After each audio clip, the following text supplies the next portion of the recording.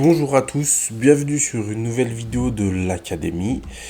Et pendant que certaines équipes s'occupent de finir, d'être 12e de Première Ligue avec un goal average de -3, la Première Ligue continue. Et il s'est passé pas mal de choses ce week-end, donc on va revenir tranquillement dessus dans ce débrief de Première Ligue. Euh, j'ai mes notes sur mon tel. Je vais mettre de ce côté-là plutôt, parce qu'il y a mon bête de l'autre côté. Euh, donc on va revenir tranquillement sur ce week-end de Première Ligue, sur ce qui a pu se passer, avec les matchs que j'ai vus. Donc on a Chelsea, Chelsea Newcastle et Newcastle City et Liverpool Wolverhampton. Certains matchs ont un peu plus de choses on a un peu plus de choses à dire que sur d'autres, mais on va voir ça tout de suite. Euh, donc évidemment, vous pouvez vous abonner, liker, commenter la vidéo, nous donner un peu vos premières impressions sur la Première Ligue en général, parce que c'est la 6e journée, on commence à pouvoir tirer un peu des conclusions. Il y a des formes qui sont en train de se confirmer. Alors on a pu parler hier de la forme de Manchester United qui s'est confirmé qu'on fait une saison pourrie. Bon, ça ne veut pas dire que c'est définitif, même si j'ai peu d'espoir étant donné que les, les infos qui sont sorties aujourd'hui ne sont pas rassurantes. On risque de garder le même coach au moins une semaine. Mais bon, on n'est pas là pour parler de Manchester United, hein, on est là pour parler de Première League, on est là pour parler du beau jeu, on espère, on va le voir. Et c'est parti, on se retrouve tout de suite. Le temps pour vous de liker, de vous abonner, de nous mettre un petit commentaire. Et voilà, on se retrouve après.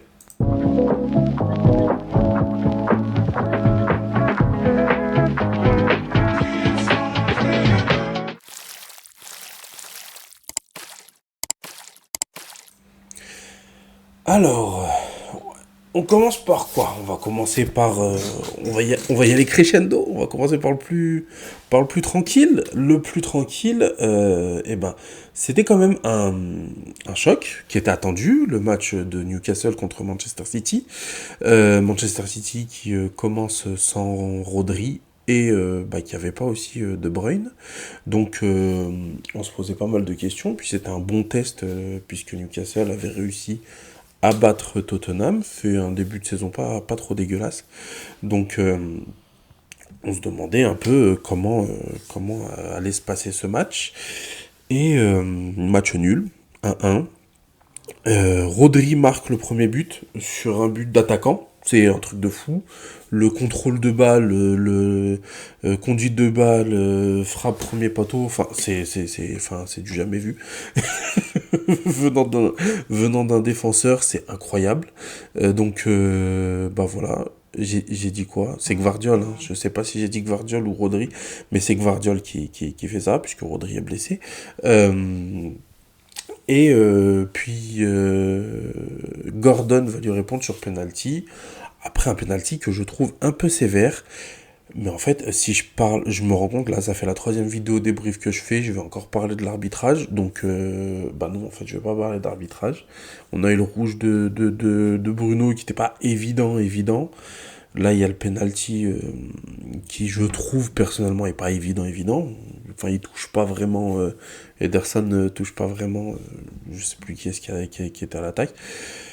Mais voilà. Moi, j'ai trouvé ce Manchester City-là un peu plus fébrile en défense, surtout après le but qu'ils ont encaissé. Le début de match n'était pas dingue, ils ont été assez stériles, mais ils avaient quand même le ballon et ça se passait bien. Mais après le but de Gordon sur penalty, j'ai l'impression que ça leur a mis un coup au moral. Et ils ont commencé à encaisser des occasions, même s'ils s'en sont aussi procurés. Et du coup, je me pose un peu la question de, Rodri, dans quelle mesure est-ce que l'absence de Rodri pèse sur cette équipe de Manchester City? Il était évident qu'il allait leur manquer. De là à leur manquer aussi vite, voilà, moi j'ai trouvé la défense bien exposée. Après, Rico Lewis est jeune, hein, il a de la marge de progression, donc il y a encore le temps pour qu'il prenne comment dire, qui prenne sa place. Mais c'est encore, enfin voilà, c'est pas le Manchester City qu'on a vu sur les autres matchs qui était un rouleau compresseur. En même temps,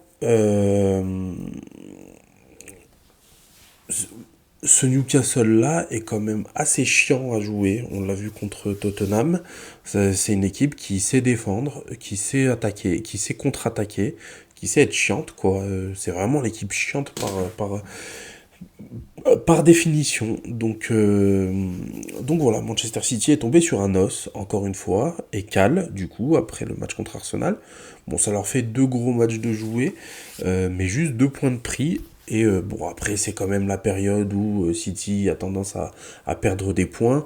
Je pense que l'absence de Rodri, plus qu'un problème global, est un problème momentané.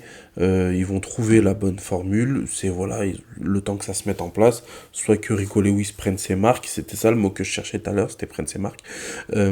Soit le temps que Rico Lewis prenne ses marques. Soit le temps que Pep s'adapte un petit peu. Enfin voilà.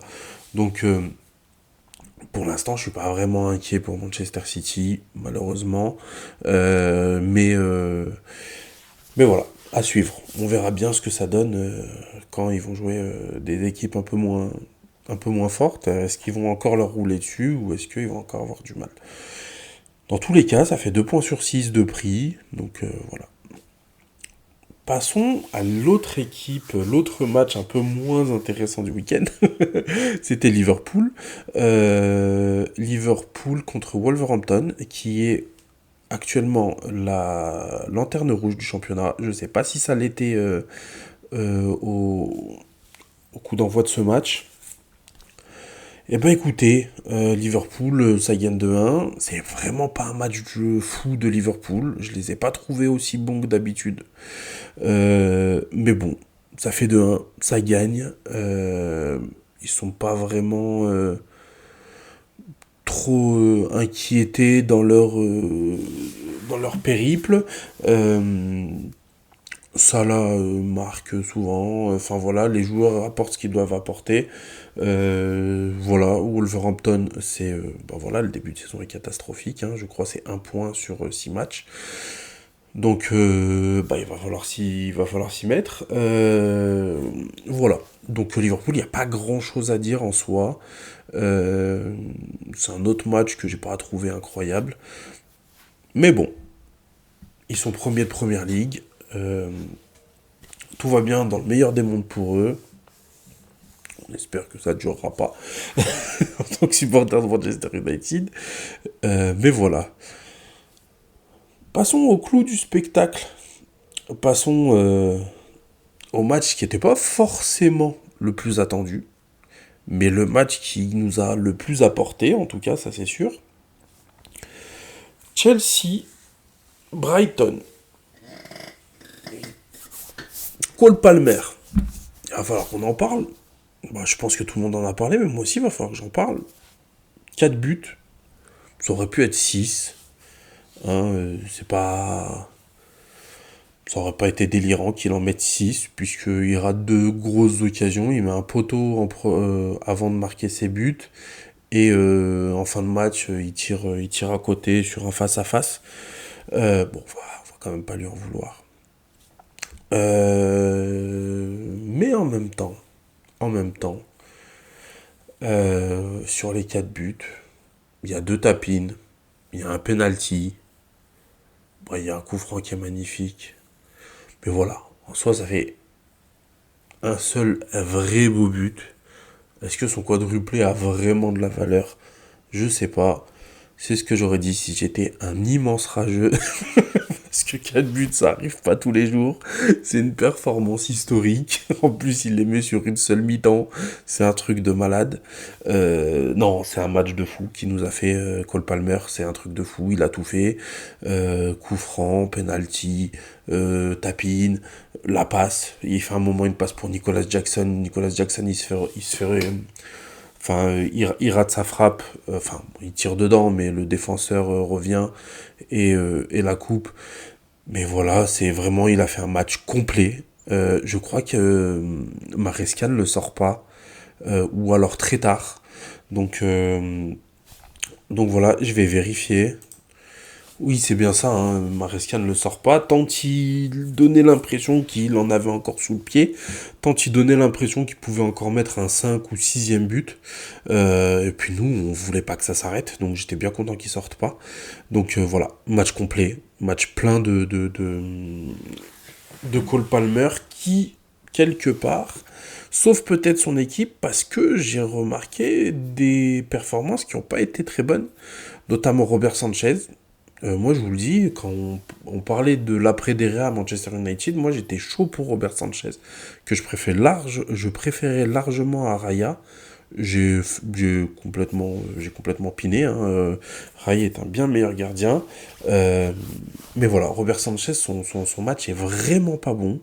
Il a réussi à relancer Brighton quand il y avait 3-1. Il prend le but du 3-2 sur une relance de con. Enfin voilà, vraiment un match pas fou. Jackson a aussi beaucoup raté. Autant sur le dernier match contre West Ham, on se dit que il est lancé, il fait un match plein, tout lui réussit. Et là, bon, on a beaucoup moins cette impression quand même de Nicolas Jackson sur ce match. Donc voilà, Brighton a été valeureux, mais quand en face, t'as un Pello qui marque 4 buts, franchement, qu'est-ce que tu veux faire? T'as vraiment pas grand-chose à faire. Voilà, City, je pense que c'est pas trop leur, euh, leur manière de faire de regretter les joueurs. Voilà, je pense vraiment qu'ils n'ont pas l'habitude de regretter les joueurs qu'ils laissent.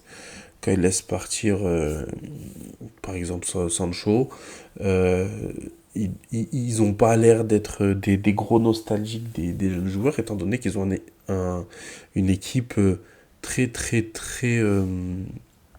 performante. Et ils ont sûrement pas envie de casser cet équilibre-là en rajoutant des jeunes, en sachant pas vraiment ce qu'ils vont pouvoir apporter, etc. Je pense par contre que quand ils voient la saison de Cole Palmer, parce que là, on n'est pas sur les saisons de Sancho ou les saisons de Lavia à Southampton. On est vraiment sur un mec où tu te demandes jusqu'où il peut aller. Euh, Vu le match d'hier, ballon d'or, hein, apparemment. Enfin voilà, tu te demandes vraiment jusqu'à où il peut aller, ce garçon. Et vraiment, c'est pas une giga affaire de City de l'avoir vendu, même si c'était quand même difficilement prédictable. Bon, si on pouvait pas y prédire facilement. Voilà, donc voilà, bravo à Chelsea qui fait un très bon coup en recrutant Cole Palmer. On l'a vu la saison dernière, ça se confirme cette saison. Bravo à eux. On va passer aux résultats de cette journée 6 de Première League. Donc on voit le Newcastle City, on voit Liverpool 2-1 contre Wolverhampton, on voit Tottenham qui a gagné 3-0 contre Manchester United, Bournemouth a gagné 3-1 contre Southampton, c'était tout à l'heure, Ipswich a réussi à faire 2-2 contre Aston Villa. C'est une performance, parce que Aston Villa a commencé très bien, Ipswich beaucoup moins. Peut-être qu'il faut se pencher sur McKenna du côté de Manchester United, je sais pas. Fulham continue son très bon début de saison. Je crois qu'ils sont 5e ou 6e. On va voir ça juste après dans le classement. En battant Nottingham Forest de 1-0. Everton se relance en gagnant 2-1 à Crystal Palace. Brentford West Ham, ça fait 1-1 et Arsenal a gagné 4-2 contre Leicester City. Je vous cache pas que j'ai pas regardé le match. Déjà de regarder tous les matchs pour pouvoir vous faire des débriefs, ça demande beaucoup d'attention. Voilà. Et puis ce match était en même temps que celui de Chelsea, je crois. Donc Donc voilà, j'ai pas eu vraiment le temps d'en regarder plus sur ce match. Le classement, on va se laisser un petit peu de suspense, hein. On va commencer par le bas. Wolverhampton est bon dernier, Southampton à égalité, mais a mangé un peu moins de buts.